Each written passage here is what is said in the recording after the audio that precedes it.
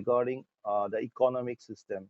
Uh, Now, capitalist, what does capitalist stands for? It is an economic system with a motive to earn profit by the use of land, labor, machineries, and production, with huge manufacturing. Now, the European countries in 18th century, when there was the British rule in India and many countries around the world, the Commonwealth, at that time the capitalism had grown in entire Europe. And in that part, and many countries of the Europe, not only Great Britain, Italy, France, Germany, and many other countries have developed to a great extent at that moment of time. Beside this, countries from Europe, Canada, on the western part have also developed in a capitalist way. Now, how the capital have evolved around the world.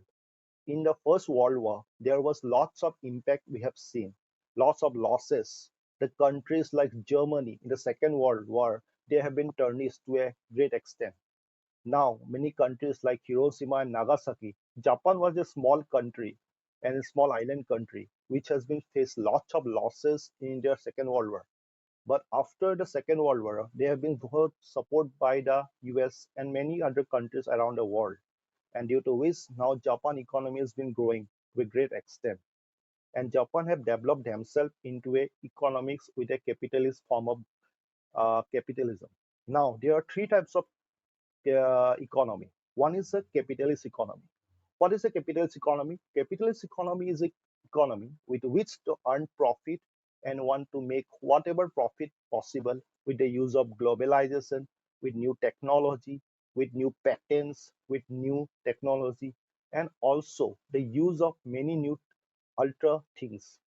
Beside this, they also put impact on the pricing factor.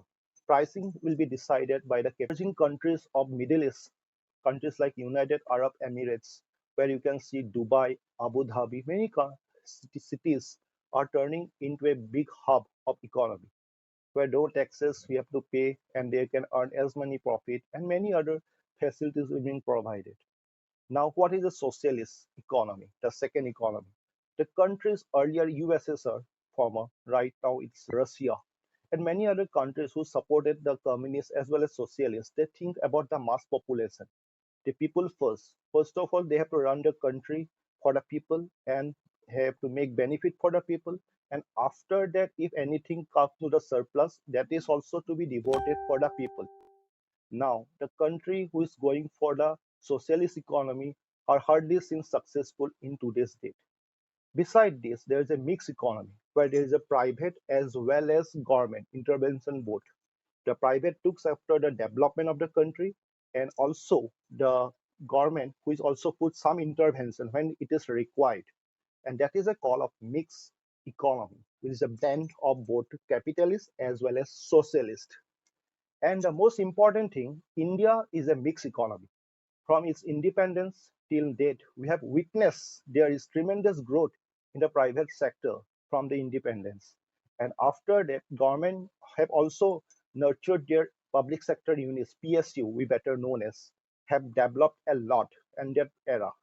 From JRD, Ratan Tata to till now, many Ambanis and many other businessmen have proved that private sector have got that aura to give something special for the country.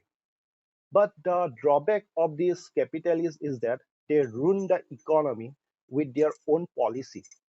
In countries like developed countries, as I've given few examples of the countries, they are all developed countries where the capitalist government economy is going to help a lot, where government has no intervention. But in developing country like India or any underdeveloped country like Libya or something like that, you will see that there is no growth and these capitalists have ruined the market.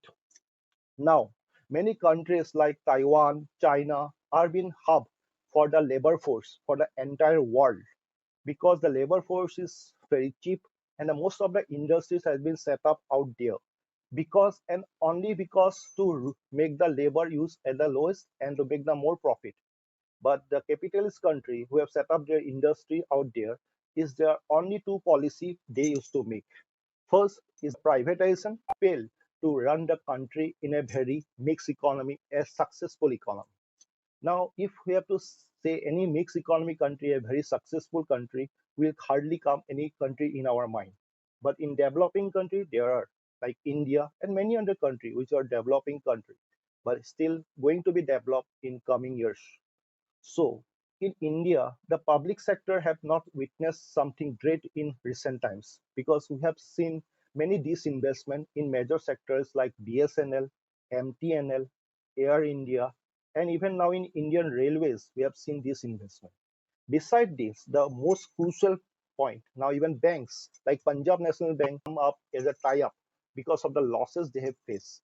And because there's lots of scams out there as like Vijay Malia and many other scamsters who have robbed the country in a very white collar crimes. Now the thing is that how the private has been developing in the grassroots level. Now, is recently we have seen last year because there have been lots of protest with the new agricultural bill and the policy which became an act last year, and now it is becoming a part of agricultural protest. Now, why there is a protest? That is also important because we have seen there is a rise of agriculture products, but there is no rise in the, as you know, minimum MSP. That is the minimum price in marginality is very less comparatively to what it should be.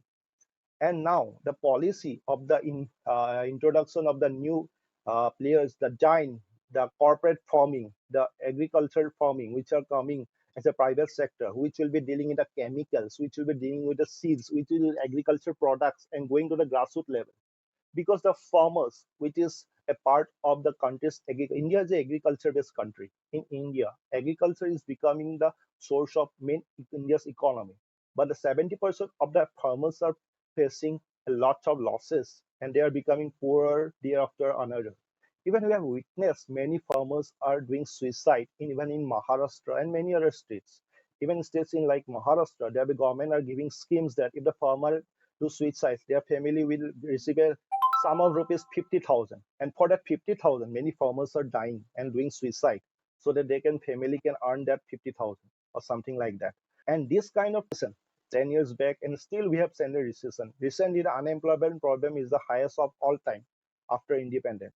Now, how we can overcome? Do privatization is the only solution? Do this investment is the only thing left with us that we become a facilitator to the private industries that you take over everything? There is no any kind of guarantee of there is NRL, Numaligarh Refinery Limited from Assam, and also part of BP Bharat Petroleum, which is an Indian government company. It is now the shares been sold to the private sector. Even now, oil, IOC, and privatized. So someday everything is going to be privatized, and it will be becoming a complete capitalist country.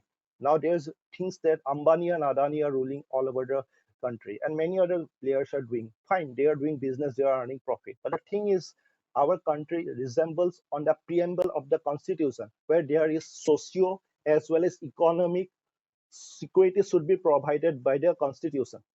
But where there is socio and economy, it should be a combination of both to all the people, irrespective of caste, creed, and religion, irrespective of rich or poor. Every should get their right as per the constitution. Coming this, because the things will becoming costlier for everyone and for it, from the edible oil to petrol and many other things rise day after another. And only because of the impact of capitalist over the mixed economy. Earlier, we haven't witnessed such a high of the price as we have faced recent time. No doubt there is a COVID or any other circumstances, recession, and many other things have impact. I don't deny upon that. But the thing is that the growth should be there, and the growth has gone down. And that is the problem of unemployment and the things rising and many other things. So we should be very much focused that how we can sustain the mixed economy, which is a part of our constitution and which is a part of our coming days things and based on our country can become a developed country in coming years rather than being a developing country for decades to come. So the thing is that we really don't support capitalist government. We support honest economy, and that is the only fruitful solution for us in coming years. Because as many parties like Communist Party of India, Marxist, have always protest a capitalist. because they know the common rights of the common people will be harassed and they will not be getting any kind of solution in coming days to face. So we strongly need to protest capitalist government because partial capitalism is okay, but that doesn't guarantee any kind of security, safety, and good return in coming days. And overall social development is the most important thing we should look forward, because certainty is that if there is no security, no guarantee, no safety for the countries and the people to give a certain benefit, it should not be there.